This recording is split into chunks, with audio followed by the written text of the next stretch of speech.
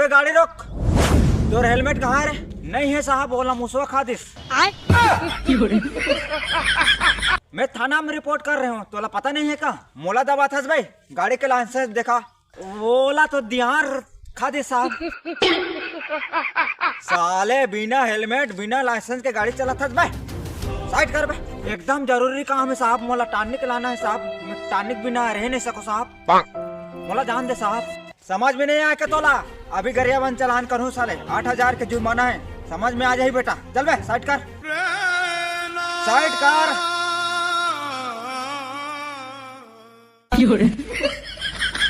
फालतू के झंझट में कहाँ लगे रहे साहब, निकाल ले हटा। है नहीं कोई हेलमेट लगाए चाहे मत लगाए, लाइसेंस रहा चाहे मत रहा, ओकर से हम कहाँ मतलब है नहीं।